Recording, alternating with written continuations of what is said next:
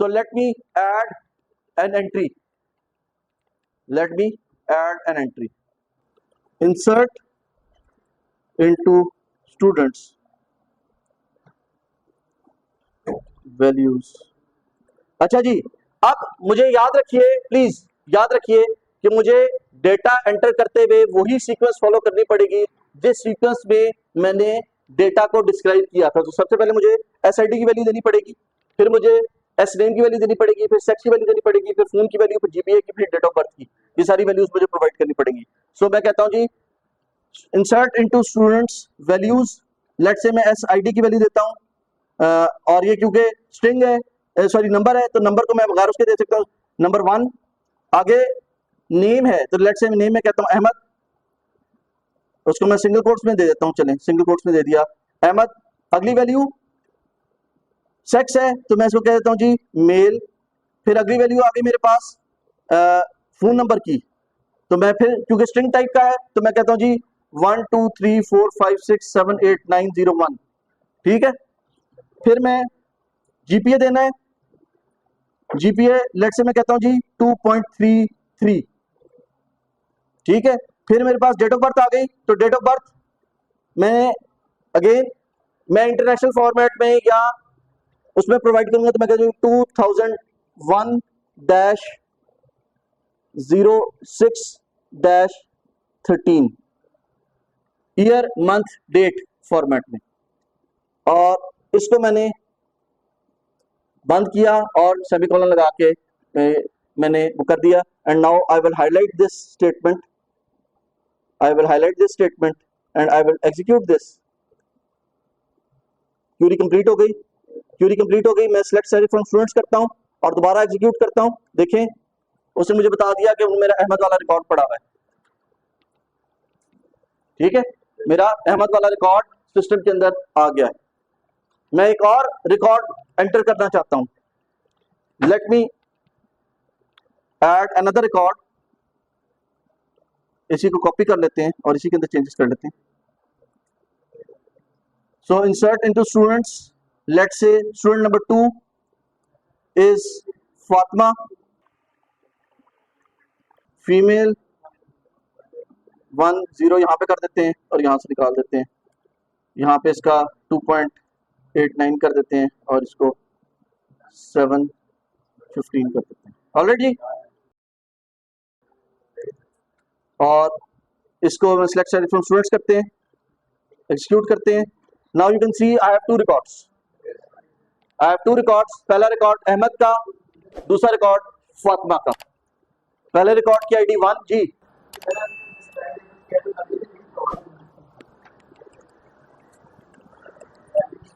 जब मैंने describe table show किया था, डिस्क्राइब स्टूडेंट, जब मैंने डिस्क्राइब स्टूडेंट्स को किया था, ये वाला किया था, तो देखिए क्या शो हो रहा था, मुझे टेबल का स्ट्रक्चर शो हो रहा था, मुझे टेबल का डेटा शो नहीं हो रहा था। ठीक है, अब ये जो मैंने इंसर्ट की स्टेटमेंट लिखी है डेटा डालने की, ये बेसिकली मेरा डीडीएल का पार्ट, डीएमएल का पार्ट है। ये मेरा डीएमएल का पार्ट है कि मैंने टेबल का स्ट्रक्चर जो है उसके अंदर डेटा डाला है। ठीक है, डेटा को मैनिपुलेट कर रहा हूं। डीडीएल में हमने क्या किया था, टेबल को क्रिएट किया था और डीएमएल की मदद से हमने डेटा टेबल के अंदर एंट्री की है। ठीक है, ऑलराइट जी।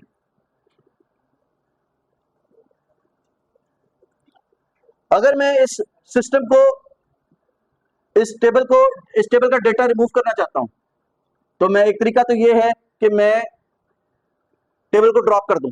टेबल को ड्रॉप करूंगा तो टेबल का स्ट्रक्चर भी गायब हो जाएगा। एक और तरीका ये है कि मैं यहां पे डिलीट फ्रॉम स्टूडेंट्स लिखूं, डिलीट फ्रॉम स्टूडेंट्स लिखूंगा, it should give me an error, hopefully delete from students should give me an error. Query interrupt की है, और अगर मैं इसकी रीजनिंग जाके देखूं तो बेसिकली इसका रीजन ये है कि मैंने एक वक्त में एक से ज्यादा रोज को मैनिपुलेट करने की कोशिश की है। एक वक्त में मेरी जो क्यूरी है, इस क्यूरी से पोटेंशियली एक वक्त में एक से ज्यादा रोज जो है वो मैनिपुलेट हो जाएंगी। तो बाय डिफॉल्ट सिस्टम जो है मुझे कहता है कि जी आपने एक वक्त में एक से ज्यादा रोज को मॉडिफाई नहीं कर सकते। डिलीट नहीं कर सकते। वो सिस्टम में अंदर एक सेफ गार्ड लगा हुआ है, मैं वो सेफ गार्ड बंद कर देता हूँ। सेफ गार्ड बंद करने के लिए मैं जाता हूँ फाइल सॉरी यहाँ से प्रेफरेंसेस, एडिट प्रेफरेंसेस के अंदर एसक्यूएल एडिटर, एसक्यूएल एडिटर के अंदर यहाँ पे सबसे नीचे गया, यहाँ पे सेफ अपडेट्स लिखा हुआ है, मैं सेफ अपडेट्स को बंद कर देता हूँ, ओके करता हूँ, और इसके बाद बंद करता हूँ इसको दोबारा और माइस्क्यूएल दोबारा चलाता हूँ, माइस्क्यूएल वर्कबेंच दोबारा चलाता हूँ। होपफुली मेरा पुराना डेटा नजर आ जाएगा, मैं जैसा इसके ऊपर कनेक्ट करूंगा तो पुराना डेटा उड़ गया सारा, वेरी गुड, चले कोई बात नहीं। सो हम क्या करते हैं, हम कहते हैं शो डेटाबेसेस, शो डेटाबेसेस को एग्जीक्यूट करते हैं, बेसिस, ठीक है। यहाँ पे हमें dbd7 नजर आ रहा है, बड़ा कर दूं, बड़ा कर दूं, dbd7 नजर आ रहा है, dbd7 को मैं कहता हूं जी यूज dbd7, इसको एग्जीक्यूट किया, dbd7 एग्जीक्यूट, क्यों इंटरप्ट क्यों शुरू हो गई, यूज डेटाबेस जी कैपिटल में, अच्छा dbd7 इसको एग्जीक्यूट किया, क्यूरी कंप्लीट हो गई। मैं यहाँ पे शो टेबल्स करता हूँ, शो टेबल्स करता हूँ, शो टेबल्स को एग्जीक्यूट किया, यहाँ पे देखिए मुझे स्टूडेंट्स नजर आ रहा है, मैं कहता हूँ जी डिस्क्राइब स्टूडेंट्स, एग्जीक्यूट किया, ये स्टूडेंट्स आ गए मेरे पास, मैं कहता हूँ जी select static from students, execute किया, यहाँ पे मेरे वो दोनों रिकॉर्ड नजर आ रहे हैं, यहाँ पे मेरे वो दोनों रिकॉर्ड नजर आ रहे हैं। अब मैं, आपको याद होगा मैंने डिलीट फ्रॉम स्टूडेंट्स लिखा था, तो मुझे क्यूरी मेरी एग्जीक्यूट नहीं हुई थी। अब मैं लिखता हूं डिलीट फ्रॉम स्टूडेंट्स और इसको एग्जीक्यूट करता हूं, and now you can see query is completed, और सिलेक्ट सेलेक्ट फ्रॉम स्टूडेंट्स को एग्जीक्यूट करता हूं, तो आप देखेंगे मेरे पास कोई डेटा नहीं पड़ा हुआ, मेरा सारा डेटा रिमूव हो चुका है, ठीक है जी। अगर let me add another record,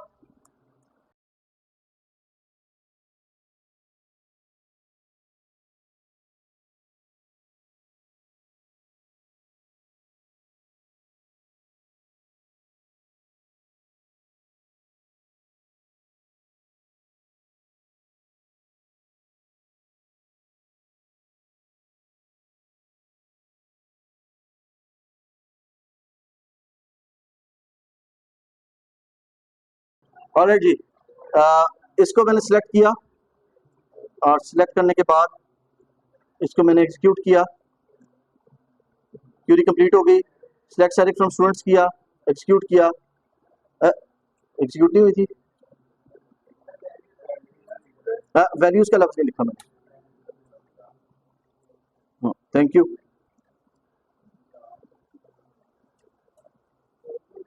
execute किया, सिलेक्ट सेलेक्ट फ्रॉम स्टूडेंट्स किया, एग्जीक्यूट किया, यहाँ पे देखिए मेरा स्लीप का रिकॉर्ड आ गया। मैं साथ ही एक दूसरा रिकॉर्ड भी डाल देता हूँ, और यहाँ पे मैं इसी को कॉपी करता हूँ,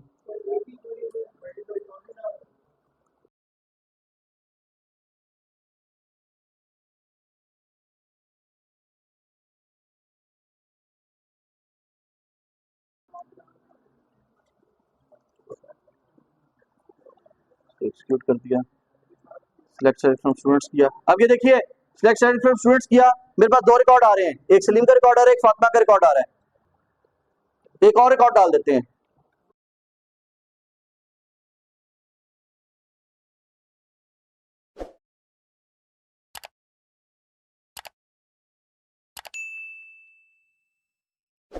सो यहाँ से इसको हम एग्जीक्यूट करते हैं, एग्जीक्यूट करते हैं, एग्जीक्यूट करने के बाद सिलेक्ट सेलेक्ट फ्रॉम स्टूडेंट्स करते हैं, यहाँ पे एग्जीक्यूट करते हैं। सो नाउ यू कैन सी कि मेरे पास 3 रिकॉर्ड पड़े हुए, 2 मेल रिकॉर्ड है और 1 फीमेल रिकॉर्ड है, and now I want to delete records with a particular set, मैं कहता हूँ जी delete from students where sex equal to male, ठीक है। तो ये क्या करेगा, ऐसे तमाम रिकॉर्ड्स को रिमूव कर देगा सिस्टम में से जहां पे सेक्स की वैल्यू मेल है। इसको एग्जीक्यूट करते हैं, इसको एग्जीक्यूट करते अभी आप देख रहे हैं कि 2 मेल रिकॉर्ड्स पड़े हुए हैं, इसको एग्जीक्यूट किया और दोबारा सिस्टम पे डेटा देखा and you would see that I have only 1 record left. So आपका जो सवाल था कि किसी पर्टिकुलर रिकॉर्ड को या पर्टिकुलर ग्रुप ऑफ रिकॉर्ड्स को रिमूव करना हो तो हम किस तरह करेंगे, आप उसका क्राइटेरिया प्रोवाइड करेंगे वेयर की क्लॉज के अंदर, या आगे हम देखेंगे कि वेयर का क्लॉज किस तरह बनता है या वेयर की क्लॉज के अंदर हम क्या क्या कर सकते हैं, वो इंशाल्लाह हम आगे चल के देखेंगे। जी, ड्रॉप और डिलीट में क्या फर्क है? ड्रॉप जो है वो डीडीएल की कमांड है, ठीक है, वो डेटा डिस्क्रिप्शन लैंग्वेज वाले पोर्शन की कमांड है। जब आपने स्ट्रक्चर की बात करनी है, स्ट्रक्चर क्या हो सकता है, आपका डेटाबेस एक स्ट्रक्चर है, आपका टेबल एक स्ट्रक्चर है, ठीक है, और उस टेबल के अंदर कॉलम एक स्ट्रक्चर है, तो जब भी आपने स्ट्रक्चर के साथ छेड़ना खाली करनी है तो आप ड्रॉप यूज करेंगे। और डिलीट क्या करेगा, वो डेटा की लेवल की कमांड है।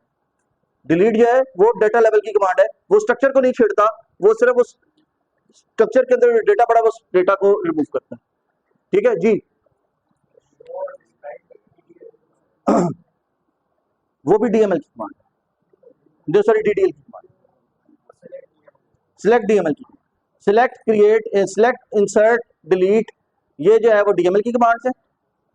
और जो दूसरी कमांड आपको बताई मैंने, क्रिएट की, शो की, डिस्क्राइब की, ड्रॉप की, यूज की, ये सारी जो है वो डीडीएल की कमांड है।